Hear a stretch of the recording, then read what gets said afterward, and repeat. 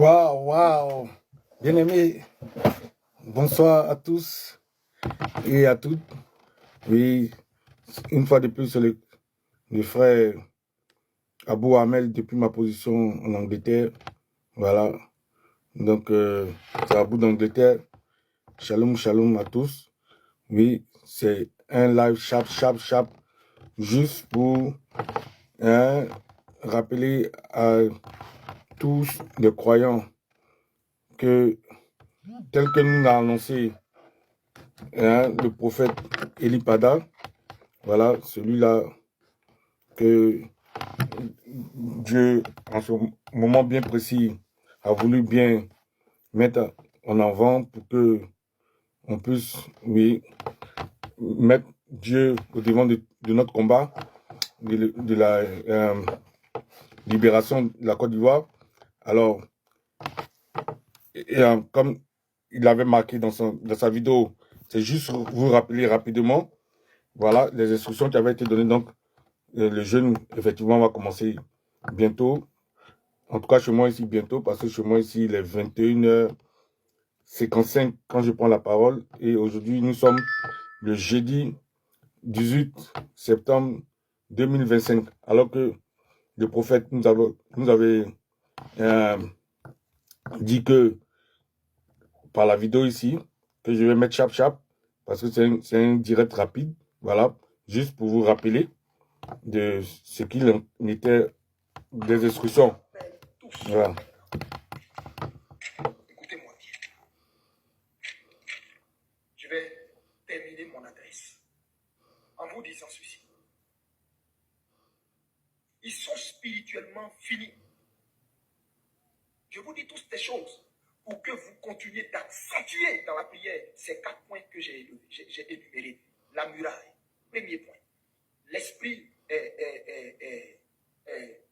comment on appelle?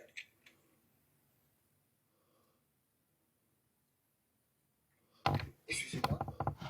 La muraille, premier point. Deuxième point, l'esprit de débauche et de distraction, l'esprit de sodomie qui a lieu à Sini. Troisième point, l'autel d'Israël. Quatrième point, cette sienne. Voici ces 4 points que vous devez cibler ces jours-ci dans la prière. Maintenant, Dieu me dit, pour terminer, que toute la nation entre dans un moment de jeûne de repentance.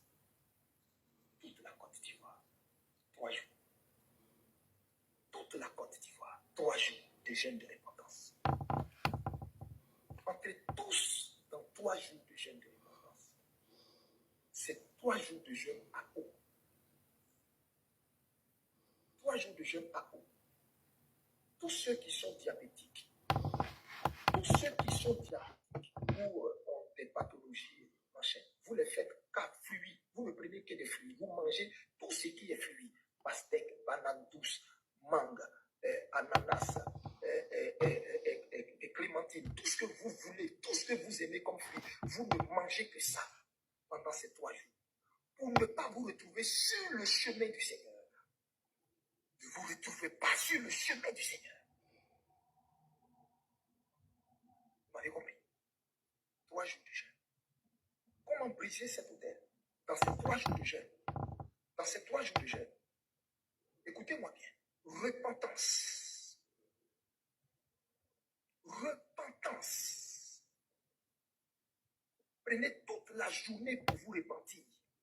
Demandez pardon à Dieu pour l'adultère. Demandez pardon à Dieu pour l'esprit de sodomie, pour les infidélités, pour tout ce que vous connaissez, que vous pratiquez comme péché. Pour l'idolâtrie. Repentez-vous de cela. Et par la suite, c'est le matin que vous faites cette prière de repentance. Vous vous repentez. Maintenant, chaque nuit, précisément à partir de 23 heures, écoutez-moi, de 23 heures, je m'adresse à tous les intercesseurs, à tous les pasteurs, à tous les chrétiens, à tous les enfants de Dieu, à toute la nation. Levez-vous dans la prière de 23 heures jusqu'à 4 heures du matin. Pendant ces 3 jours, priez pour la destruction 4 choses que j'ai dites. C'est tout. Dieu vous a déjà spirituellement donné la délivrance. À vous, par votre repentance, par la prière, de rendre cela effectif sous vos yeux. J'espère que vous avez compris l'essentiel de mon message. Dieu va passer. Dieu va passer. Le Saint-Esprit va passer. C'est l'heure de notre nation. Ébranlez. Ébranlez, ordonnez à cette sirène de dégager, libérer le feu, invoquer les tonnerres dans nos eaux, invoquer le feu du Saint-Esprit dans nos eaux. Demandez que ces eaux, maintenant, ne soient plus des eaux, mais que ces eaux deviennent des volcans. Ordonnez que la mer de Côte d'Ivoire devienne des volcans, la lagune devient un volcan. Elle ne tiendra pas. Le feu là va la faire fuir. Le feu va la faire fuir. Briser les murs spirituels élevés, établis. Ordonnez la destruction des murs spirituels autour de notre nation. Ordonnez la destruction des murailles qui constituent leur force. Détruisez l'esprit de sodomie. Détruisez l'esprit de sodomie qui se pratique en Syrie. Par la suite, détruisez l'autel qu'ils sont bâtis en Israël. Faites taire cet autel. Vous m'avez compris? Entrez dans ces 3 jours. Dieu maintenant dit, quiconque, tout Ivoirien, qui ne fera pas ce jeûne,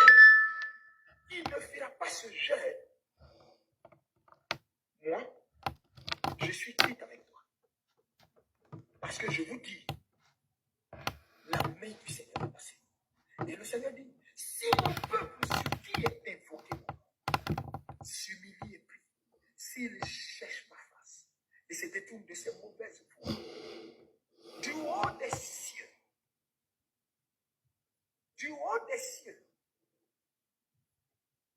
je l'exaucerai et je guérirai son pays. Vous m'entendez? Premièrement, exaucement. Deuxièmement, guérir son pays. Voici la promesse que Dieu a pour notre nation. Dieu veut exaucer vos prières. Transformer vos plaintes. Transformer votre amertume, vos angoisses en repentance, en prière. Et par la suite, Dieu guérira votre pays. Vous m'avez compris? Que le Seigneur, le Dieu miséricordieux, qui sait toutes choses, vous aide dans ce temps de pénitence. Faites ces 3 jours de jeûne obligatoirement. Écoutez-moi très bien. Faites ces 3 jours de jeûne obligatoirement. Ivoirien. Faites ces 3 jours de jeûne obligatoirement. Maintenant, la question est quand vous devez faire ces 3 jours de jeûne.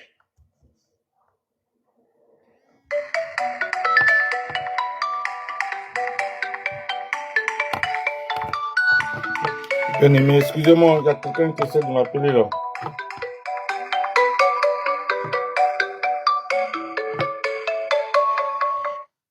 Commencez ce moment de jeûne de 3 jours, précisément le vendredi, pour finir le dimanche nuit. Vous m'entendez? C'est 3 jours. Vous le commencez la nuit du jeudi au vendredi. La nuit du jeudi au vendredi, c'est-à-dire jeudi à partir de minuit, pour entrer le vendredi. Jeudi à minuit, vous commencez. C'est à eau. J'invite même. Donc, bien aimé, vous avez bien compris. Donc, chez moi, il est exactement 22h02 ici, hein, 3 minutes maintenant. Donc, c'est à partir de minuit. Voilà. Donc, aujourd'hui, jeudi, à partir de minuit. Là où que vous vous trouvez, vous commencez et on termine dimanche. Moi, je vais faire à sec parce que, voilà, à chaque niveau, hein, sa compétence. Donc, nous, les guerriers de premier ordre, sont, donc, on a les ennemis coriaces devant.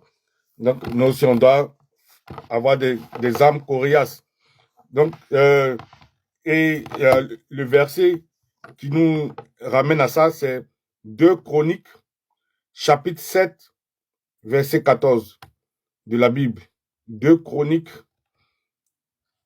chapitre 7, verset 14. Voilà. Maintenant aussi, juste pour terminer, pour vous montrer que tous les combats où on met Dieu en avant, puisque lui, il est le début, il termine toujours pour nous. Ça dit que tous les combats où c'est Dieu on met au début, sont les combats toujours gagnés d'avance.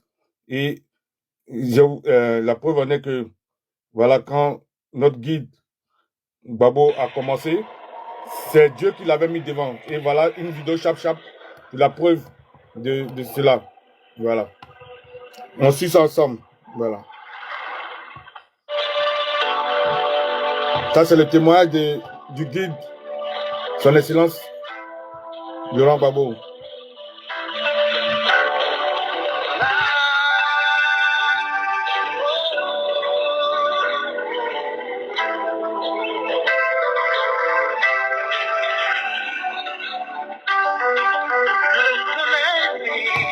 Excusez-moi, hein. Je vais faire passer la musique là.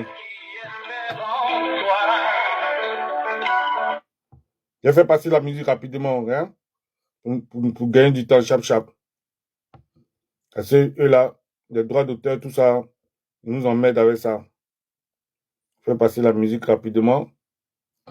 Comme ça, on n'aura pas à s'inquiéter pour les droits d'auteur, tout ça. Vous comprenez? TikTok là, ils nous emmènent avec les droits d'auteur. On n'a pas besoin de ça, nous. Il y en a qui venaient. Attendez, hein.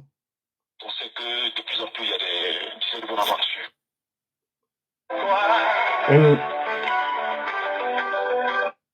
Une minute rapide, chap. Les gens sont retirés. Et puis tu as parlé peut-être d'aller voir un monsieur qui était présent à la reprise. Comment avez-vous reçu ça? Quand on sait que de plus en plus, il y a des bonnes aventures. Comment vous avez reçu ça? Oh, vous savez, moi, j'ai fait la politique depuis très longtemps, depuis que je suis, peut-être depuis que j'ai 18 ans, peut-être avant, peut-être après, je ne sais pas exactement.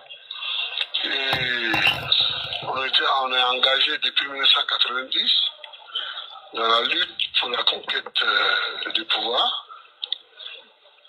Et bon, vous savez, sur ce chemin-là, on rencontre beaucoup de mystificateurs, beaucoup d'aventuriers. Il y en a qui viennent de tous les pays pour me proposer des maraboutages.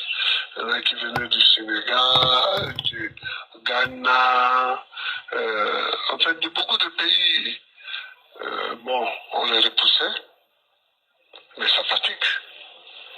À force d'être harcelé par les diseurs de Bonaventure, il y en a qui venaient, qui m'appelaient à l'hôtel Ivoire, qui me parlaient d'un ton sentencieux.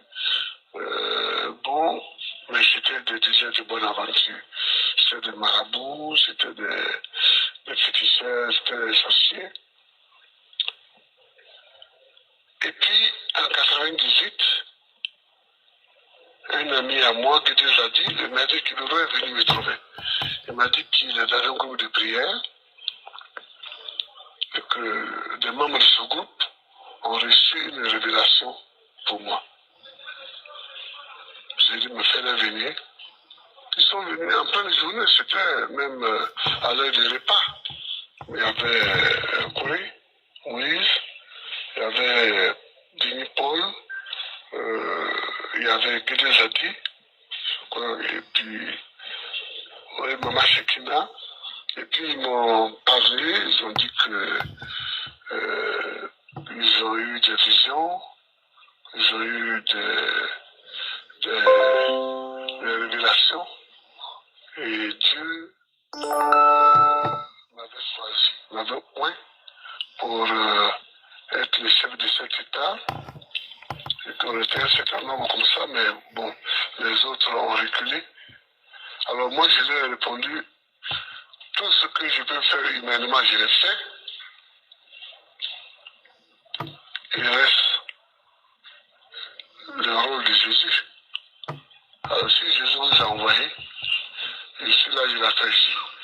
Qu'il vienne, on va avancer. Et c'est comme ça que ça a commencé, mon aventure avec ce qui n'était pas encore une église, mais qui était un groupe de prière. Alors on s'arrangeait, on priait tous les mercredis soirs, on faisait une séance de prière tous les mercredis soirs à notre domicile. Et puis, un an après, ils se sont structurés. Parce que je me mets dedans, mais en réalité, ce sont eux qui les ont structurés. On a acquis un local à Yopougon. C'était près de, comment on appelle ça, près d'un gros trou, près d'un talveg. Bon, on s'est débrouillé là-bas. Et quelque temps après, je suis devenu président de la République. Alors, quand j'allais à la prière, ça devenait autre chose. C'était plus la prière. Les gens du quartier couraient partout pour venir, donc c'était plus... on n'avait plus le temps de prier. Donc, nous nous sommes retirés. Et puis, ils ont continué à faire les prières chaque dimanche matin là-bas. Mais nous, on a décidé de faire les prières le dimanche après-midi ici, pour que nous puissions aussi participer à la prière. Donc, voilà un peu l'aventure. Maintenant, nous sommes lancés dans une autre aventure. C'est de la construction petit à petit de notre temple. C'est de bâtir une chorale digne de ce nom. Bon, voilà l'aventure dans laquelle nous sommes, quoi. Ok, vous avez accédé au pouvoir d'État et puis vous êtes homme de foi. Mais quelle est la place de votre foi dans l'exercice du pouvoir d'État-là? Mais les gens posent souvent cette question, mais elle m'étonne. Elle m'étonne. Parce que Dieu n'a pas dit de travailler. Et quand je dirige un État sur mon travail, mais ce n'est pas un travail banal. Ce n'est pas un travail quelconque. Parce que tu as dans les mains la vie de millions de personnes à l'intérieur. Mais en même temps, tu as dans les mains la vie de millions de personnes à l'extérieur même du pays. Donc ce n'est pas un travail banal, c'est même un travail, je dirais, sacré. Et c'est pourquoi, au niveau des religions révélées, on dit toujours que c'est Dieu qui choisit le chef d'État. Et dans les églises, on continue d'appeler le roi. C'est Dieu qui le choisit parce que c'est pas un travail banal. Alors, moi je pense qu'il faut avoir beaucoup de foi pour faire ce travail. Je pense qu'il faut croire en Dieu, qu'il faut lui confier même le travail qu'on fait. Et pour ça, j'aimerais vraiment demander à tous les chrétiens et à tous les non-chrétiens de croire en Dieu et de faire ne serait-ce qu'une petite prière par jour. Une toute petite. Que ce soit le matin ou que ce soit le soir, il faut qu'ils prennent le temps de lire la parole de Dieu un peu, ou avant de se coucher, ou avant de commencer la journée. Je crois que ça, c'est important. Si on ne le fait pas, on peut vivre. On peut vivre. Mais on peut vivre comment? On a beaucoup de problèmes. On a beaucoup de problèmes qui nous assaillent en tant qu'homme d'État. Mais comment faire pour se débarrasser de ces problèmes si ce n'est pas la foi? Vous voyez? Donc je crois que la foi est même à la source de l'exercice du pouvoir. Selon moi. Je ne sais pas ce que les autres en pensent. Les autres chefs d'État en pensent. Mais selon moi, c'est ça. À la fin de notre interview, je vais vous demander d'adresser un mot aux fidèles de la mission Shekinah et même à tous les chrétiens de la Côte d'Ivoire du monde. Parce qu'en fait, quand on regarde votre vie, il témoin de ce que Jésus dit, je prends l'émission dans la poussière, je le fais à la table des grands. Qu'est-ce que vous pouvez dire qui peut encore édifier la foi de vos fidèles? Ce que je peux dire, c'est ce que j'ai dit souvent aux jeunes gens. Souvent, je suis amené à aller faire des meetings, à faire des tournées faire des campagnes électorales, puis je vois des jeunes arriver sans chaussures, quelquefois avec des culottes déchirées, avec des chemises déchirées. Ce que je dis aux chrétiens et aux non-chrétiens, c'est ce que je dis à ces gens-là. Ne désespérez pas, parce que Dieu existe. Quand on dit Dieu existe, il existe pour tous, globalement, et il existe pour chacun, individuellement. Dieu existe. Moi, là, je n'avais pas de chaussures aux pieds. Avant. J'allais à l'école, je n'avais pas de chaussures aux pieds.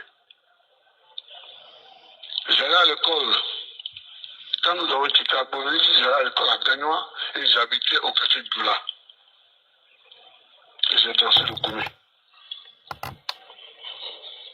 J'ai vendu des bonbons et des chewing-gums au cinéma pour avoir quelque chose pour que le lendemain, ma soeur et moi, on mange quelque chose. J'ai vendu des bonbons et des chewing-gums. J'ai fait pour faire des taxi-bourses. Guaita. J'ai fait ça. Pour que ma soeur et moi, le lendemain, on puisse avoir quelque chose pour manger en allant à l'école. Aujourd'hui, je suis président de la République. Quel est un autre témoignage qu'on peut faire? Si ce n'est pas Dieu qui te prend là-bas pour te mettre là, quel est l'autre témoignage que tu peux faire? Donc moi, je ne m'adresse pas seulement aux chrétiens, mais je m'adresse à tous les gens. Parce que la parole, cette parole-là, il faut que les Ivoiriens et les non-Ivoiriens l'entendent. Il faut que les croyants et les non-croyants l'entendent. Vous comprenez? Donc, je veux dire que dans ma vie est le témoignage que Dieu existe. Et le témoignage que Dieu existe globalement pour tout le monde. Et ma vie est le témoignage que Dieu existe individuellement pour chacun. Et qu'il fait ce qu'il veut dans le pays. Quelqu'un qui vend, un enfant qui vend des chewing-gums et des bonbons au cinéma, il se retrouve quelques années après président de la République. Docteur en histoire,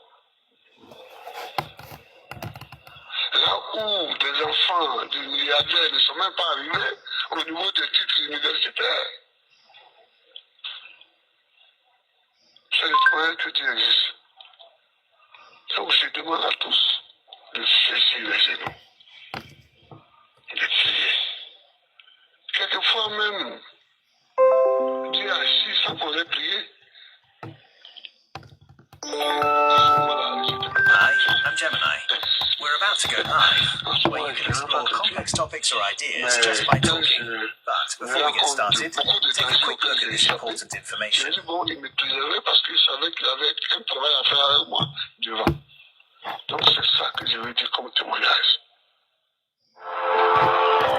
Bien aimé, vous avez bien compris le témoignage du guide. Donc voilà, le guide a tout dit.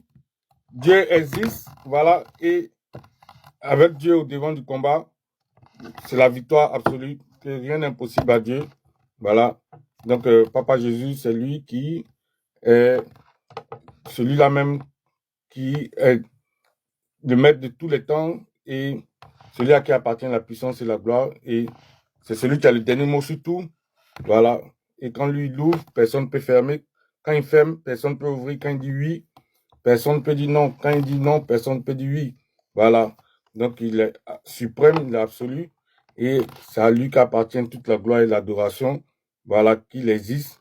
Et le guide même l'a confirmé. C'est grâce à sa foi en Dieu qu'il a été présent que l'enfant pauvre qu'il était, voilà, hein, que d'aucuns ont dit qu'il allait finir dans le désespoir, mais il a fini au sommet de la pyramide. Il a été président là où les milliardaires même n'ont pas pu. Donc, voilà le témoignage qui dit que la Côte d'Ivoire, nous battons dans la victoire, puisqu'on ne cessera jamais de lui dire que Dieu est ivoirien, que la Côte d'Ivoire n'est pas maudite. Donc, c'était juste un témoignage chap pour vous rappeler que, voilà, tel que Dieu a inspiré le prophète Eli Pada, que effectivement, le jeûne va commencer aujourd'hui. On vous a demandé un jeûne à eau. Moi, je vais faire un jeûne à sec. Voilà, parce que nous sommes en première ligne, donc on lâche rien. Voilà. Donc, si l'ennemi est coriace, nous aussi, on doit être plus coriace que l'ennemi. Et avec Dieu, on gagne toujours. Donc, bien aimés, je vous dis shalom, shalom, shalom, et que Dieu vous bénisse. C'était le frère Abou depuis ma position en Angleterre. N'oubliez pas, c'est Dieu qui est grand, comme on le dit au pays. Voilà.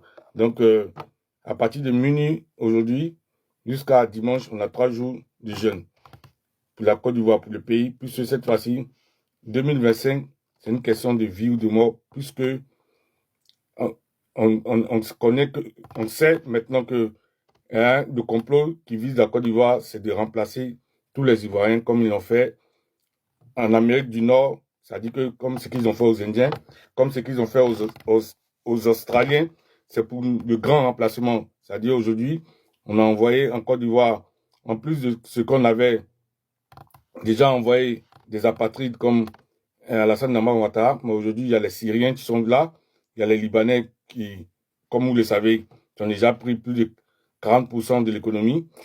Il y a les Français qui ont plus de 60% de l'économie. Donc, en définitive, dans ce partage, la Côte d'Ivoire n'a rien. Et maintenant, on veut nous arracher, justement, ce que Dieu nous a donné, c'est la terre. Vous comprenez? On sait que toute personne, c'est pourquoi que nos cordons ombilicales sont enterrés dans la terre. Vous comprenez? Et quand on meurt, on nous enterre, voilà, dans la terre, parce que c'est la terre, là, notre matrice. C'est elle-là même qui est notre début et notre fin. Donc, si tu n'as plus de terre, c'est que tu n'existes plus. Voilà. Voilà, parce que, du coup, on t'arrache ce qui te définit, tu n'existes plus. Donc, c'est une question de vie, de mort. On veut nous faire disparaître et nous refusons et nous disons que avec Dieu, on a déjà le témoignage du Mali, le témoignage du Burkina, du Niger. La Côte d'Ivoire n'est pas maudite. La Côte d'Ivoire aura ce témoignage aussi parce que Dieu nous a montré tous les signes. Hier, le Burkina, le Niger, le Mali étaient avec les assaillants. Aujourd'hui, ils ne sont plus avec les assaillants. Puis même, ils sont contre les assaillants. Et Dieu nous a montré plusieurs signes dernièrement. Il nous a montré que Emmanuel Macron, qui est le dernier rempart des assaillants, est en ballottage. Et il nous a montré que l'exemple à suivre, l'exemple du Népal, vous comprenez? Parce que c'est ce que dimanche passé, il m'a répété même, quand je lui ai dit, mais c'est, j'ai voulu ouvrir ma bouche, il a dit Népal, Népal, Népal. Donc Papa Dieu nous a signifié ça clairement, que nous sommes maintenant au portail, au mur de Jéricho, voilà, que nous devons maintenant prendre notre terre promise, récupérer notre Côte d'Ivoire. Alors, donc, je vous laisse. Hein, et déjà, moi, je vais commencer à m'apprêter pour mon jeûne. Allez, bye bye from now. Bonne prière à tous et que Dieu vous fortifie et surtout, restez bénis, bénis, bénis, bénis. Et merci pour l'écoute. À bon entendeur. Salut. Shalom, shalom, shalom. Bye bye, bye bye, bye bye.